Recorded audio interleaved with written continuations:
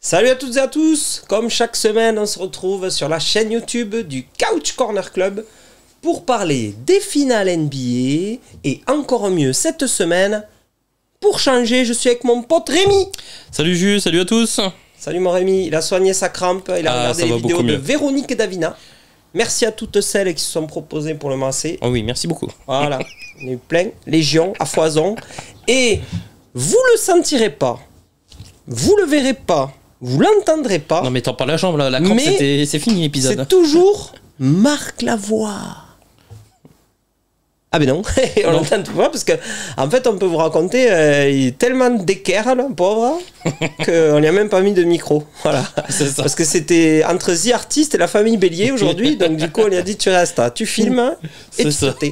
Donc du coup mon Rémi on en profite, on dit quoi? On dit merci. Pensez au pouce bleu à tous ceux qui nous regardent. Le lien Tipeee. Le lien Tipeee qui est dans le déroulé en bas à droite dans le descriptif. Merci à ceux qui envoient les commentaires, les habituels locaux, Mister Dupré, tout ça. C'est cool les gars. Le lien Facebook aussi. Et partagez sans modération, les gars, mais vraiment sans modération.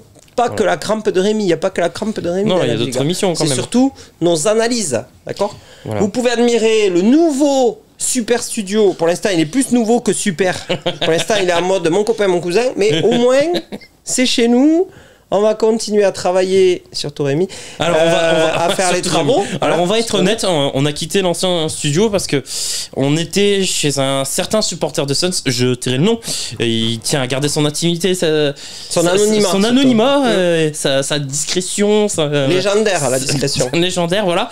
Et du coup, il nous a mis dehors du fait des résultats, des derniers résultats de la finale. Monsieur est vénère, en PLS, rageux, gros rageux, et du coup il nous a foutu dehors. Nous, les supporters des Suns, on ne supporte plus de perdre. Ça fait 11 ans qu'on perd, monsieur, on ne veut plus perdre. Je me fais attaquer par un moustache. Voilà. Donc, on est bon mon Rémi, on rentre dans le vif du sujet. Allez, c'est parti. Donc n'oubliez pas, sport, fun and trash talk, c'est le Couch Corner Club. Générique.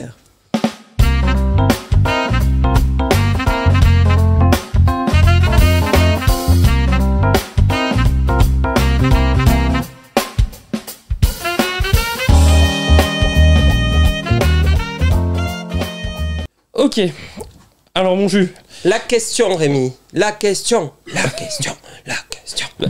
que je vais te poser, est-ce que ce dernier résultat, ce dernier match remporté par les Bucks, puisque là on en est à 2-2 dans la série, ce n'est pas une occasion ratée, mais quand je dis une occasion ratée, de carrément soulever le trophée Larry O'Brien? Eh bien alors, parce qu'on est revenu à 2-2. Ça, non mais, alors ça évidemment c'est... Dégage le moustique.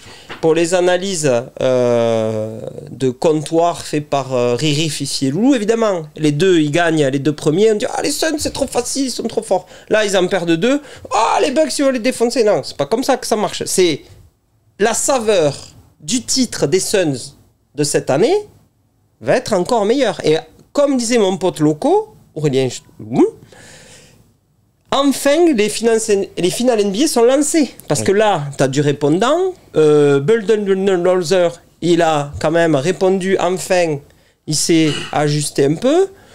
Faudra que tu m'expliques les ajustements, j'ai du mal à les voir. Moi, oui, mais on peut pas tirer sur le coach que quand il perd. Là, il a gagné, ça veut dire qu'il a dû changer quelques trucs. Ah, c'est le coach qui a gagné. Le Greek Freak, il a changé un peu son jeu aussi. Middleton, il s'est un peu réveillé. Bon, voilà, moi, je trouve... Là, il n'y a rien à dire. Je suis content.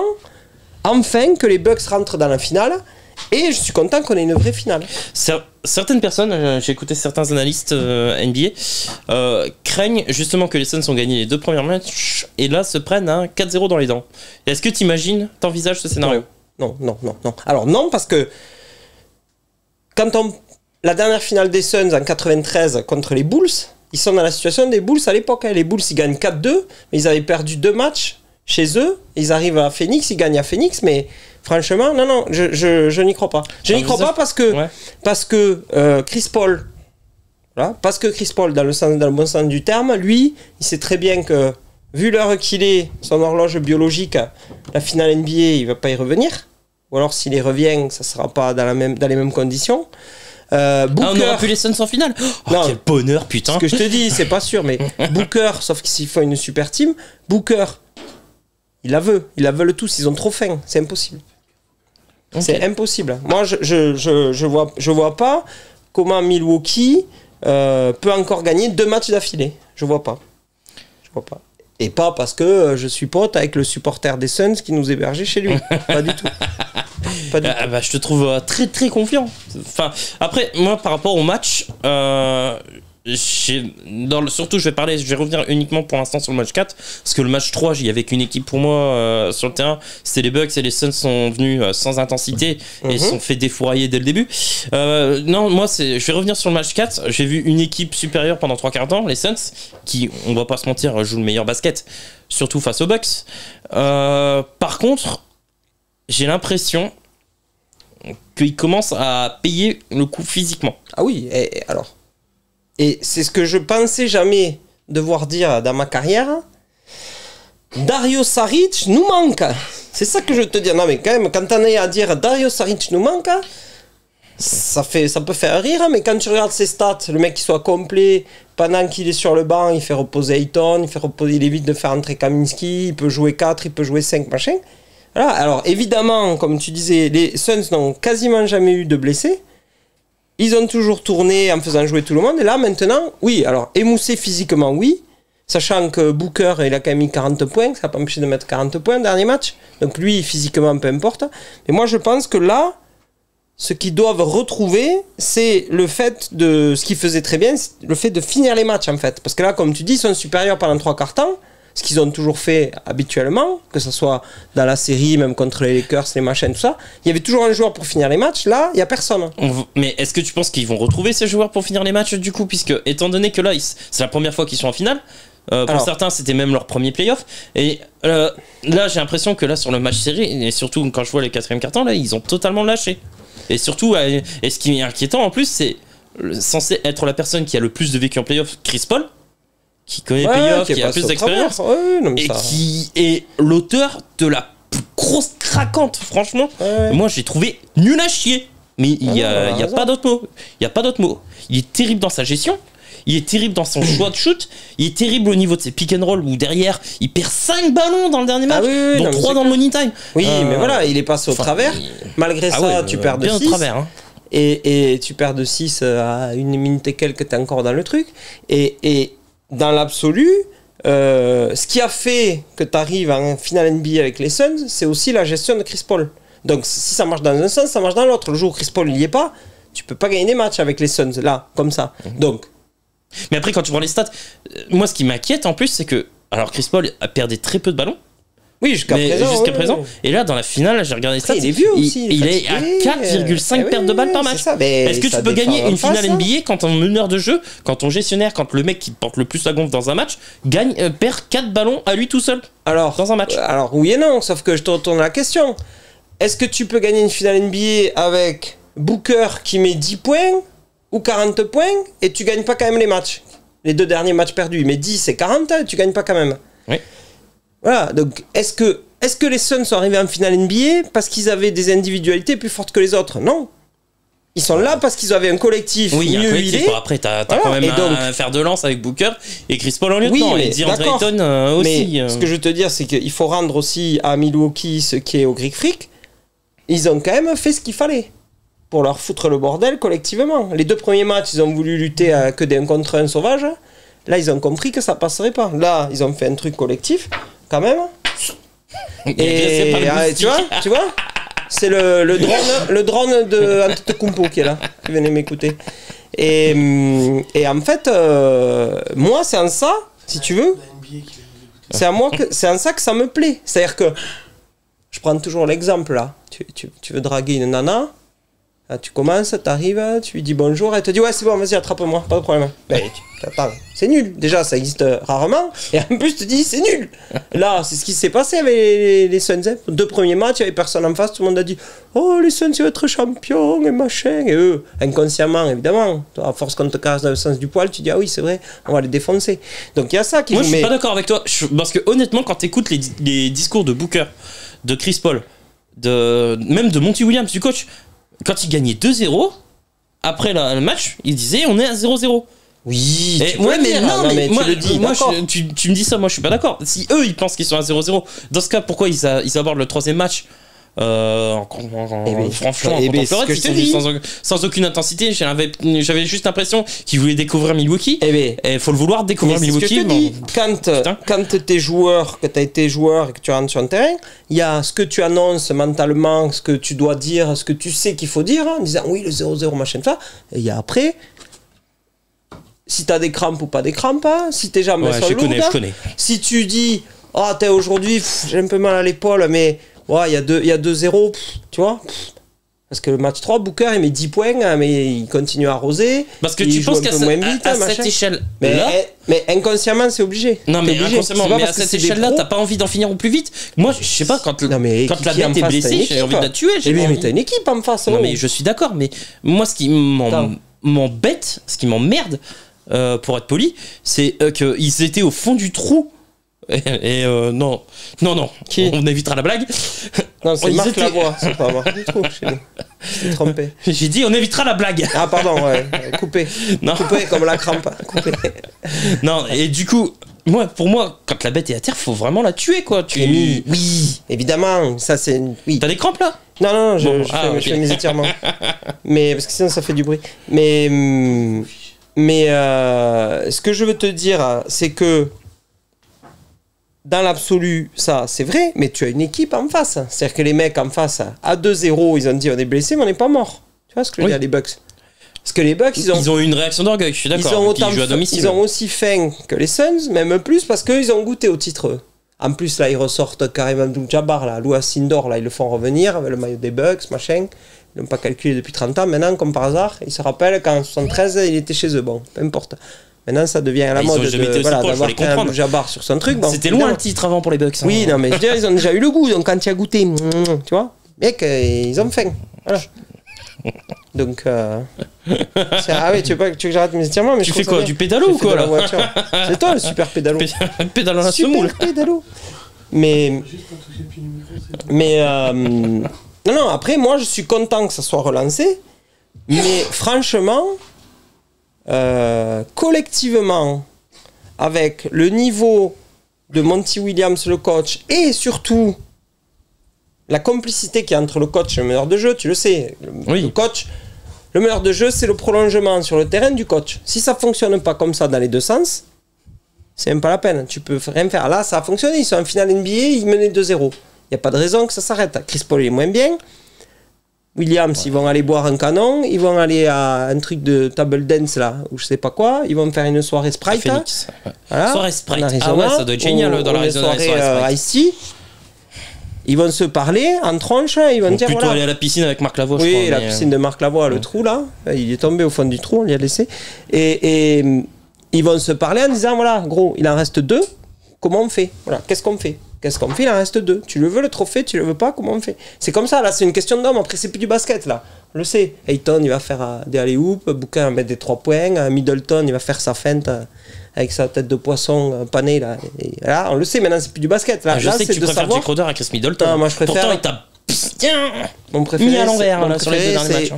Bobby Portis. Je l'adore. C'est mon préféré, Bobby. J'ai cherché son maillot, mais il n'y en a pas. Donc, sa maman et sa sœur qui l'ont. 2. Ils en ont vendu 2, Portis. T'es dur, t'es dur. Non, mais tu comprends ce que je veux dire, Amy. C'est ça. Là, maintenant, c'est une question. Là, c'est à l'ancienne. C'est esprit rugby, là. C'est les gars, on les pose toutes là. En face, les mecs, ils ont envie autant que nous. Qu'est-ce qu'on fait pour aller au bout? C'est bien que tu dises ça, esprit rugby. J'avais dit quelque chose dans la dernière vidéo. J'avais dit que t'avais dit aïe, oh aïe. T'es un enfoiré. Pardon. Je te retiens.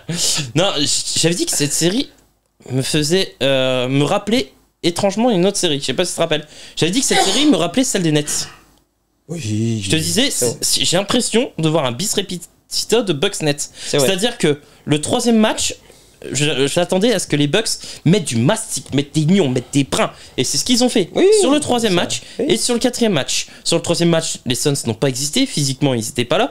Et sur le 4e match, on a vu... C'est joué à pas grand-chose. Alors certes, ça s'est joué à pas grand-chose, mais les Suns ont encaissé les coups. Oui, et là où on voit qu'ils ont du mal dans le mastic, comme tu dis, déjà, il y a une rotation en moins avec Dario Saric. Mais moi, c'est surtout que je retiens que dans le match 3, DeAndre Ayton est en foul trouble. Parce que physiquement, il sait pas jouer physiquement, mais de manière discrète, c'est-à-dire que quand il joue physique, il fait des fautes. C'est tellement Golgoth. Et dans le match 4, avec un scandale pour Devin Booker, qui pour moi doit être dehors à 5 minutes de la fin, Devin Booker est également en foul trouble. Et je pense que les Bucks le gagnent beaucoup plus facilement si Booker est dehors. Mais parce qu'il met 40 quand même. Ouais. Bah ouais, il met 40, mais il fait sa 10e faute dans le match. À 5 minutes de la fin, je suis pas sûr qu'il y ait un money time, vraiment. Pour une fois. Pour une fois, ça y est. est. Siffler contre nous. Non, après, dans ce que tu dis, je suis d'accord avec toi, sauf que la comparaison entre les Nets et les Suns, ça s'arrête là.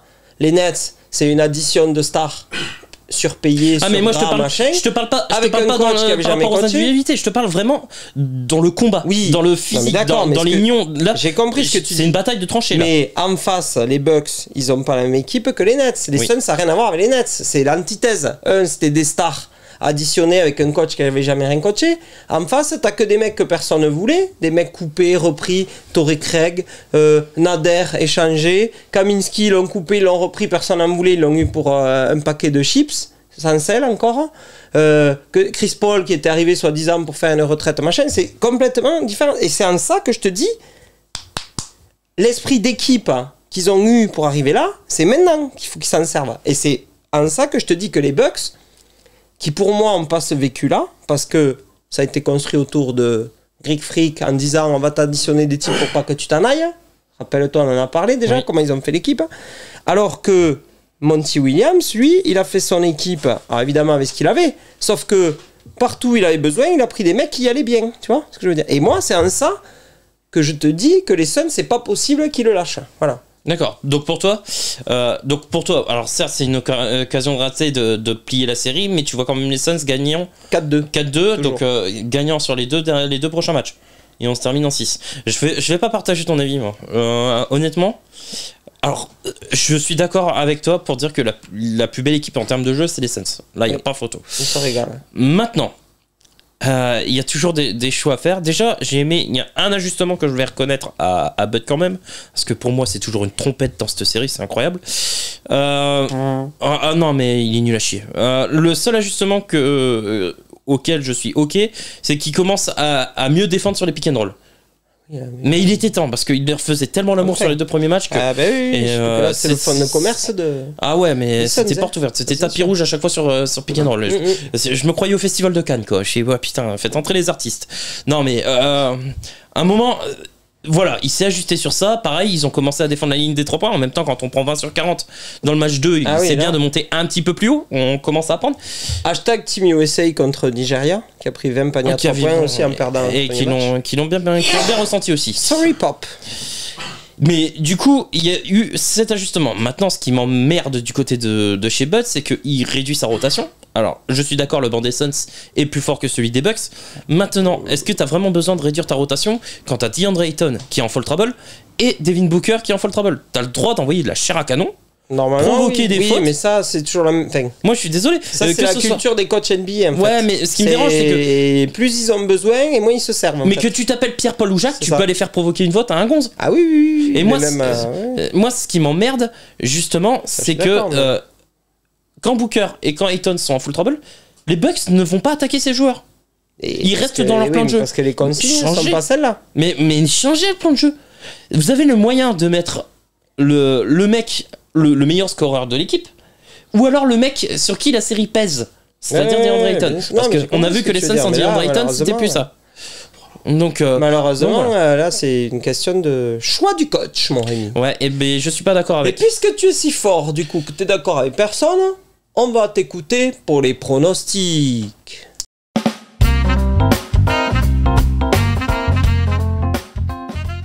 Du coup, pour les pronos, qu'est-ce que tu dis, mon jus? Tu vas me faire rêver à l'envers encore, toi. Ouais. Alors, attends, on va demander à Marc Lavoie. Ah oui, je suis d'accord. Marc Lavoie, il dit en 7 matchs, victoire des Suns. Ça te va, ça? Ouais, avec victoire à domicile à chaque fois, c'est ça? C'est ça. Donc Phoenix le match 5, Milwaukee le match 6 à Milwaukee. C'est ça. Et Phoenix gagne le match 7 à Phoenix. Pronostic de Marc Lavoie. Ok. Et toi, tu dis quoi, du coup? Moi, je reste sur mon 4-2 pour les Suns. Donc, victoire match 5 des Suns à Phoenix. Et victoire des Suns à Milwaukee qui vont petite bouche de champagne avec les petites lunettes de ski sur le terrain des Bucks. Ça fait bien caguer ça. D'accord. Fais-moi rêver, mon Rémi, toi. Tu vas me sortir encore comme une saucisse. Eh ben moi je vois bien aussi une série en 7 avec Phoenix qui gagne à Phoenix le match 5. Ça c'est bien. Milwaukee qui gagne à Milwaukee le match 6. Si tu veux. Et Milwaukee qui gagne à Phoenix le match 7. T'es sérieux? Eh oui, non mais les gars, c'est bon.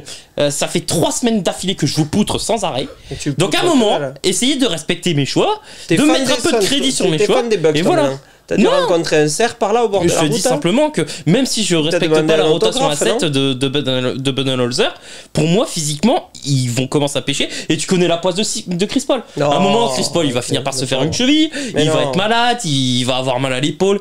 Non, moi je pense que les Bucks vont aller au bout. Rémi retourne sa veste parce qu'il a rencontré une chasseuse quand il était dans sa famille. Elle avait une tête de cerf et depuis il est amoureux des Bucks. Bon Rémi, tu racontes. C'est pas possible. Non mais pour qui tu vas me faire passer ils vont croire que je suis fanat de zoophilie quoi. Non. Franchement, si les Suns ils perdent le titre, je reviens là. Et tu fais tout le décor? Non, ouais, tout le décor là qui nous a prêté sa Carman, mon cousin, mon compagnon. Je repeins tout.